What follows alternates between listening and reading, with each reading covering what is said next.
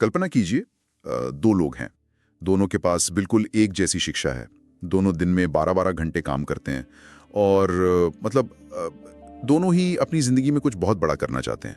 हाँ, बिल्कुल एक जैसा बैकग्राउंड। सही कहा। लेकिन 10 साल बाद हम देखते हैं कि एक इंसान अपना खुद का एक बहुत बड़ा साम्राज्य खड़ा कर लेता है और दूसरा इंसान आज भी अपने बिल चुकाने के लिए संघर्ष कर रहा है। ये तो हम अपने आसपास अक्सर देखते हैं। बिल्कुल देखते हैं। और दशकों तक दुनिया यही मानती रही कि इन दोनों के बीच का अंतर सिर्फ किस्मत, हालात या शायद सही समय पर सही जगह होने का है। किस्मत का खेल जिसे लोग कहते हैं। हाँ, लेकिन क्या हो अगर मैं कहूं कि असली फर्क उनके बैंक अकाउंट या उनकी डिग्रियों में नहीं, बल्कि उनके दिमाग की एक खास सेटिंग में है। और यही वो सेटिंग है जिसने 20वीं सदी की शुरुआत में एक बहुत बड़ी क्रांति ला दी थी, जब दुनिया के सबसे अमीर इंसानों में से एक एंड्रू कार्नेगी, राइट? बिल्कुल। एंड्रू कार्नेगी ने एक युवा पत्रकार नेपोलियन हिल को अपने पास बिठाया और उसे एक ऐसा काम सौंपा जिसने आगे चलकर मनोविज्ञान और सफलता को देखने का हमारा पूरा नजरिया ही बदल दिया। क्या बात है। हिल ने अपनी जिंदगी के कई साल इस बात को डिकोड करने में लगा दिए कि आखिर कामयाब लोगों के दिमाग में ऐसा क्या चलता है, मतलब ऐसा क्या है जो उन्हें आम लोगों से एकदम अलग बनाता है। बिल्कुल। और हमारी आज की इस गहन चर्चा का विषय भी यही है। हम नेपोलियन हिल की उसी क्लासिक किताब थिंक एंड ग्रो रिच पर आधारित एक बहुत ही प्रभावशाली वीडियो समरी पर चर्चा कर रहे हैं, जो कि बहुत ही गहरी समरी है। हाँ, बहुत गहरी है। और हमारा मिशन आज केवल अमीर बनने के कुछ सतही टिप्स या टू डू लिस्ट पे बात करना नहीं है। हम उन मनोवैज्ञानिक तंत्रों को, उन साइकोलॉजिकल मैकेनिज्म्स को डिकोड करना चाहते हैं जो एक इंसान के विचारों को भौतिक हकीकत में बदलते हैं। ये बहुत जरूरी है क्योंकि लोग अक्सर सिर्फ ऊपर की बातें पकड़ते हैं। सही बात है। तो चलिए इसे थोड़ा खोलकर समझते हैं। किताब की समरी हमें बताती है कि हर बड़ी उपलब्धि की शुरुआत सिर्फ एक ही जगह से होती है और वो है इच्छा, यानी डिजायर। लेकिन यहाँ इच्छा शब्द का मतलब सिर्फ वो काश मेरे पास पैसे होते वाली सोच नहीं है। हाँ, वो तो हर कोई सोचता है। बिल्कुल। ये एक धधकती हुई, एक जुनूनी इच्छा है जो इंसान के हर छोटे बड़े फैसले को प्रभावित करती है। इसे एक बहुत ही साधारण लेकिन सटीक एनालॉजी से समझते हैं।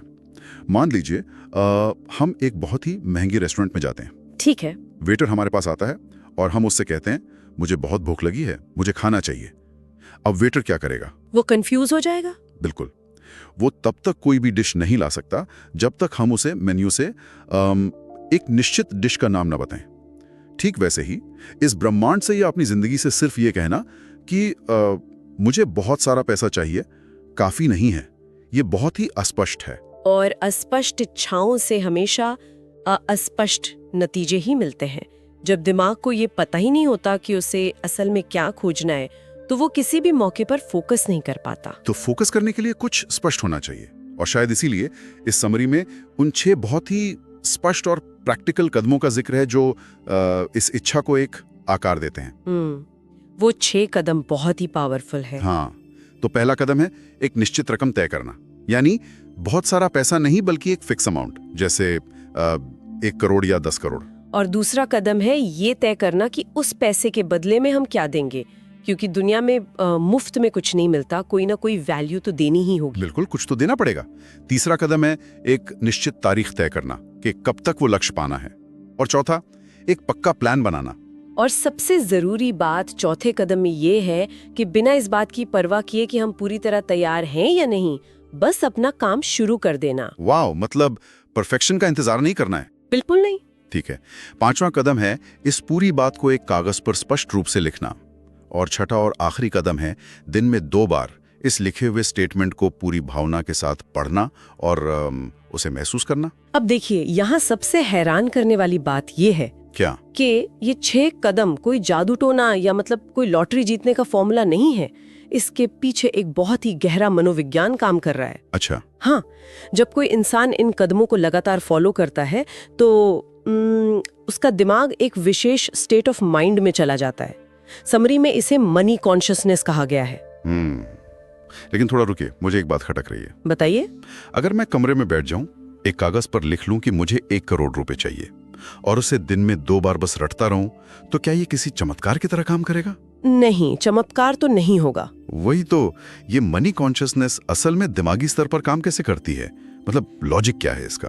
पूरी तरह बदल देता है। कैसे? हमारे दिमाग में हर सेकंड लाखों जानकारियां आती हैं, राइट। लेकिन हमारा दिमाग केवल उसी जानकारी को प्रोसेस करता है जिसे वो महत्वपूर्ण मानता है। जिसे हम अटेंशन देते हैं। बिल्कुल। जब हम उस कागज को दिन में 2 बार पढ़ते हैं तो हम अपने दिमाग को एक सख्त निर्देश दे रहे होते हैं।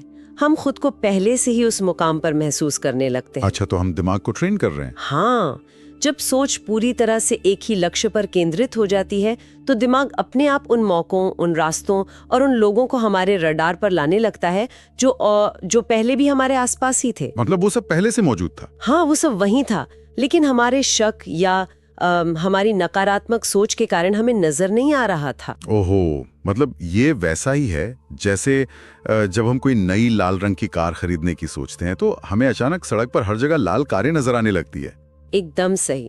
कारें तो पहले भी वही थी, बस हमारे दिमाग का फिल्टर बदल गया है। बिल्कुल सटीक उदाहरण है ये। अगर किसी इंसान को ये यकीन हो जाए कि उसके हालात कभी नहीं बदल सकते तो उसका दिमाग मौकों को देखना ही बंद कर देता है। वो अंधा हो जाता है एक तरह से। हाँ, वो खुद अपनी बदकिस्मती की कहानी लिखने लगता है। यार, ये बात सच में गहराई से सोचने वाली है। यानी जैसा हम अपने दिमाग का फिल्टर सेट करते हैं वैसी ही दुनिया हमें दिखने लगती है। एब्सोल्युटली। लेकिन अब एक बहुत बड़ा सवाल आता है। हम बचपन से कई तरह के डरों और नकारात्मक बातों के साथ बड़े होते हैं।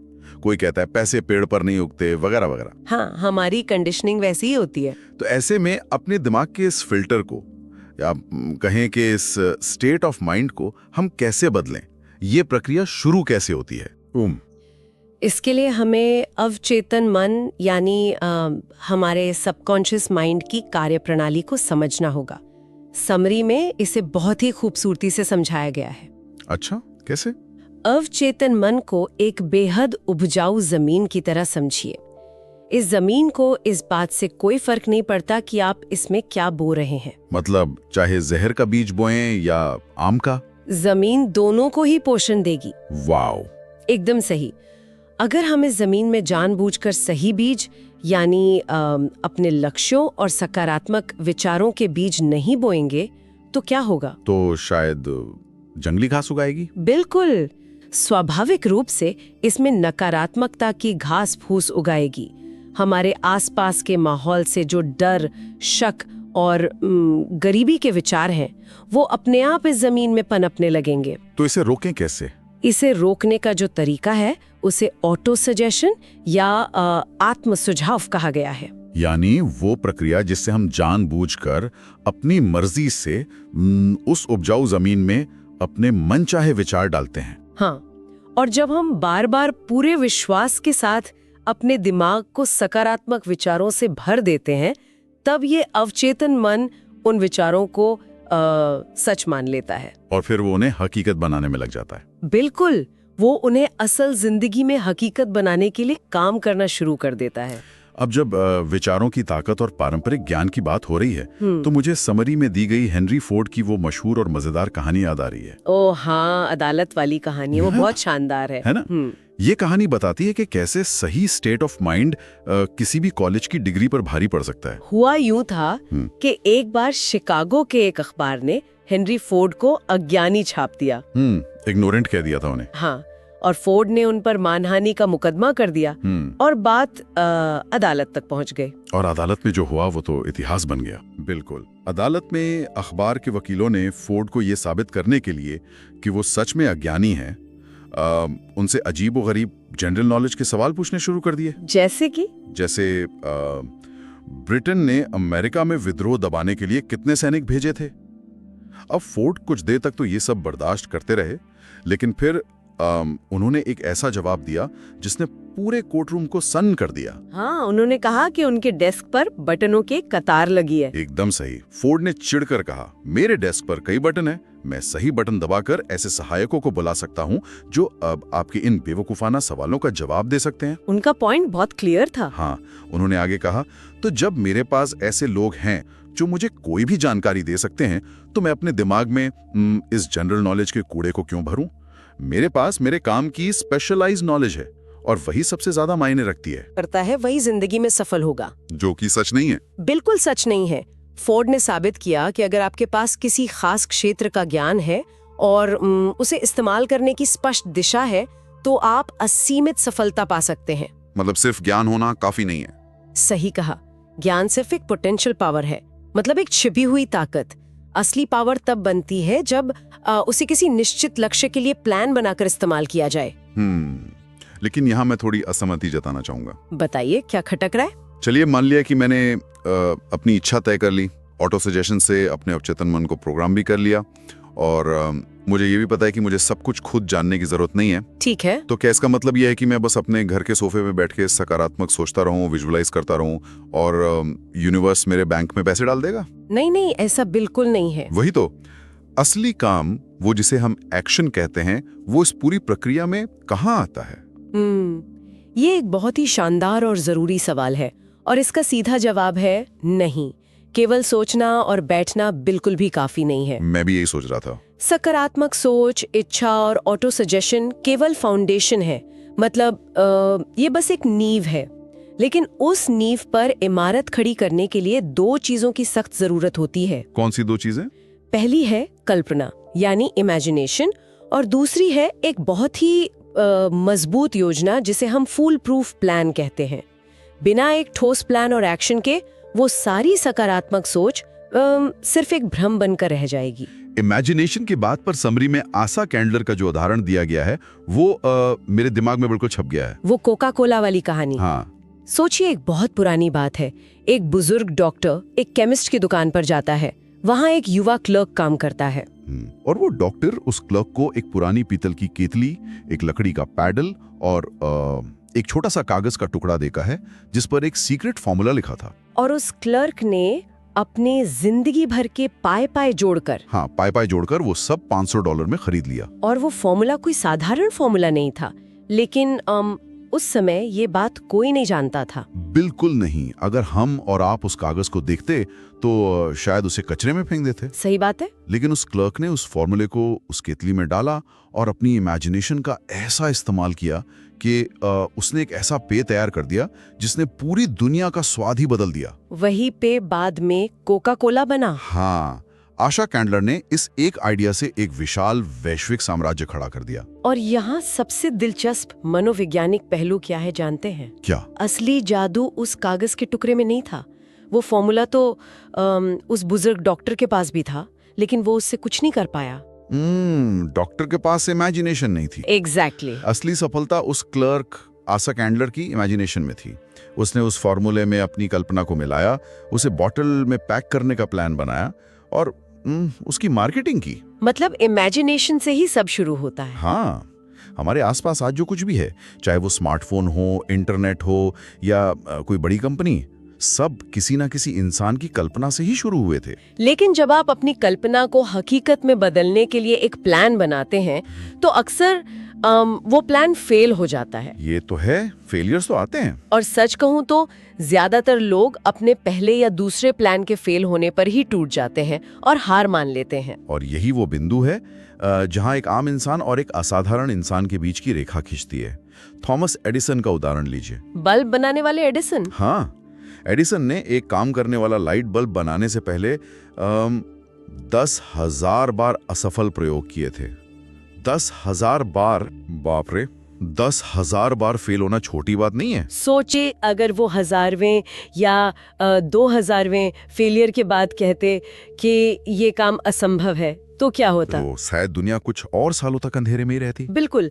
जब कोई प्लान फेल होता है तो उसका मतलब ये नहीं है कि आपका लक्ष्य गलत है या आप उस काबिल नहीं हैं। तो फिर इसका क्या मतलब है? इसका सिर्फ इतना मतलब है कि आपकी उस प्लान में कोई कमी है। जो लोग असल में सफल होते हैं वे विफलता को एक फीडबैक की तरह लेते हैं। एक सीख की तरह। हाँ, वे हार मानने और अपना लक्ष्य बदलने के बजाय अपनी योजना को सुधारते हैं और एक नया बेहतर प्लान बनाते हैं। हार ना मानना और लगातार नया प्लान बनाना, इसके साथ ही कामयाबी हासिल करने वालों में एक और बहुत ही खास गुण होता है जिस पर यह समरी बहुत जोर देती है। कौन सा गुण? निर्णय लेने की क्षमता यानी डिसीजन मेकिंग। कहा जाता है कि जो लोग सफल होते हैं वे बहुत तेजी से फैसले लेते हैं और अगर कभी उन्हें अपने फैसले बदलने पड़े तो वो उसे बहुत धीरे धीरे और सोच समझ कर बदलते हैं। यह एक क्रिटिकल पॉइंट है। निर्णय न ले पाना या हर छोटी बात पर कंफ्यूज रहना असफलता के सबसे बड़े कारणों में से एक है। इस बात को साबित करने के लिए भी हेनरी फोर्ड का ही एक और शानदार उदाहरण है, अंसा वाला। जब फोर्ड ने अपनी मॉडल टी कार बाजार में उतारी तो उस समय के कई एक्सपर्ट्स ने उस कार को दुनिया की सबसे साधारण और बदसूरत कार करार दिया था। अच्छा, बदसूरत कहा था? हाँ, कंपनी के लगभग हर सलाहकार ने फोर्ड को यह सलाह दी कि कार का डिजाइन तुरंत बदल देना चाहिए, वरना कंपनी पूरी तरह डूब जाएगी। अगर कोई आम इंसान होता तो इतने सारे एक्सपर्ट्स की बात सुनकर घबरा जाता और तुरंत अपना फैसला बदल लेता। बिल्कुल। लेकिन फोर्ड अपने निर्णय पर अटल रहे। उन्होंने सारी आलोचनाओं को, सारे विरोध को दरकिनार कर दिया और उसी मॉडल का उत्पादन जारी रखा।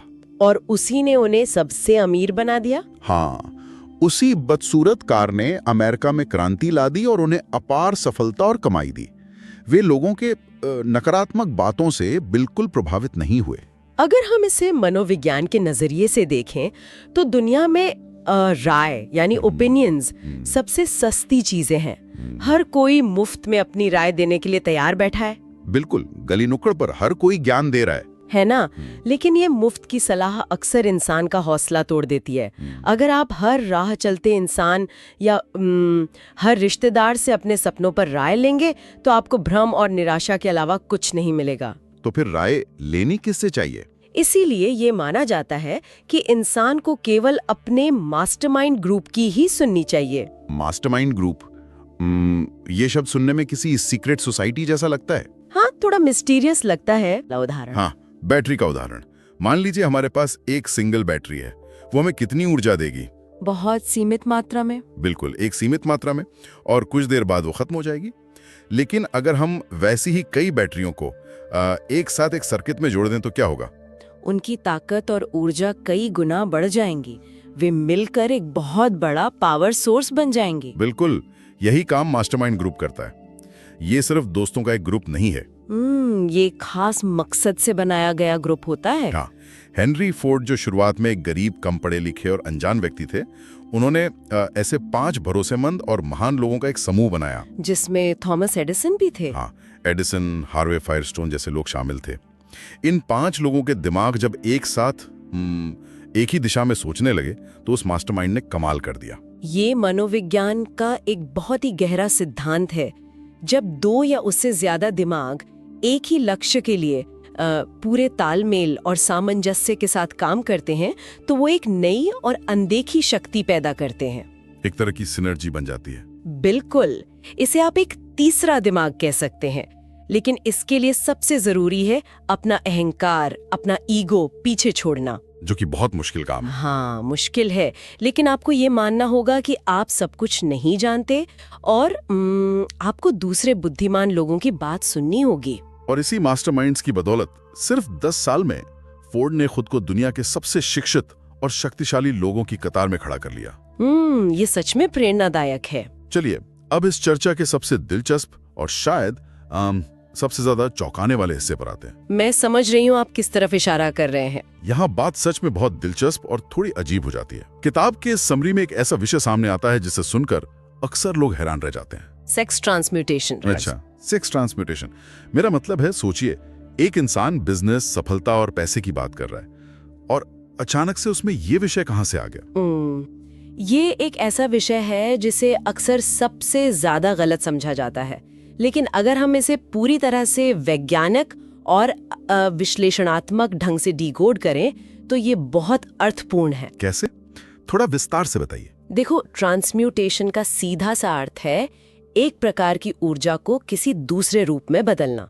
जीव विज्ञान और मनोविज्ञान दोनों मानते हैं कि सेक्स इंसान के भीतर सबसे ताकतवर और प्राकृतिक जैविक प्रेरणा है। ऊर्जा यानी एक बहुत ही शक्तिशाली फोर्स। बिल्कुल, ये एक बेहद शक्तिशाली ऊर्जा है। अगर इस ऊर्जा को काबू में ना किया जाए या इसे सिर्फ एक शारीरिक भूख समझकर छोड़ दिया जाए तो ये विनाशकारी साबित हो सकती है। हाँ, वो तो हम देखते ही हैं। इतिहास गवाह है कि जो लोग इस प्रबल इच्छा पर काबू नहीं रख पाते वे अक्सर अपने करियर, सम्मान और जिंदगी को तबाह कर लेते हैं। तो इसे सकारात्मक कैसे बनाया जाए? और यहीं पर वो रहस्य छिपा है जो जीनियस लोगों को आम लोगों से अलग करता है। अगर इस कच्ची ऊर्जा को ट्रांसम्यूट करके, यानी इसकी दिशा बदलकर इसे किसी रचनात्मक काम में, कला में या किसी बड़े बिजनेस लक्ष्य में लगा दिया जाए तो क्या होगा? मतलब उस प्राकृतिक ऊर्जा को दबाने के बजाय उसे एक ऐसा रास्ता देना जहां वो आपके लक्ष्य को पूरा करने के लिए ईंधन का काम करे? एकदम सही। जब इस ऊर्जा को बिजनेस या किसी इनोवेशन में लगाया जाता है तो इंसान के अंदर एक अभूतपूर्व फोकस, जुनून और क्रिएटिविटी पैदा होती है। वाह, ये तो एक बिल्कुल नया नजरिया है। समरी बताती है कि दुनिया के कई महान संगीतकार, वकील, लेखक और टॉप बिजनेसमैन अनजाने में या जानबूझकर इसी ऊर्जा का इस्तेमाल करते हैं। ये कोई रहस्यमयी बात नहीं है, ये सीधा सा न्यूरोलॉजी और फोकस का खेल है। मतलब अपनी सबसे बड़ी ड्राइव को अपने काम में लगा देना। हाँ, इसी ऊर्जा का सही इस्तेमाल इंसान की छठी इंद्री यानी सिक्स्थ सेंस को जागृत करने में एक बड़ा रोल निभाता है। ये भी एक ऐसा शब्द है जो अक्सर हॉलीवुड फिल्मों या रहस्यमयी कहानियों का हिस्सा लगता है। इसका सफलता से क्या लेना देना है? ये रहस्यमयी जरूर लगता है, लेकिन ये उन सभी कदमों का अंतिम और सबसे ऊंचा चरण है जिनकी हमने अब तक बात की है। अच्छा। जब कोई इंसान अपनी इच्छा को स्पष्ट कर लेता है, अपनी इमेजिनेशन का इस्तेमाल करता है, मास्टरमाइंड की ताकत को जोड़ता है और अपने अवचेतन मन पर पूरी तरह महारत हासिल कर लेता है, तो क्या होता है? तब उसका दिमाग एक ऐसे स्तर पर पहुंच जाता है जिसे सिक्स्थ सेंस कहा गया है। तो ये सिक्स्थ सेंस असली जिंदगी में क्या अनुभव कराती है? मतलब फील कैसा होता है? इसे आप अंतर्ज्ञान या इंट्यूशन का सबसे उच्चतम रूप मान सकते हैं।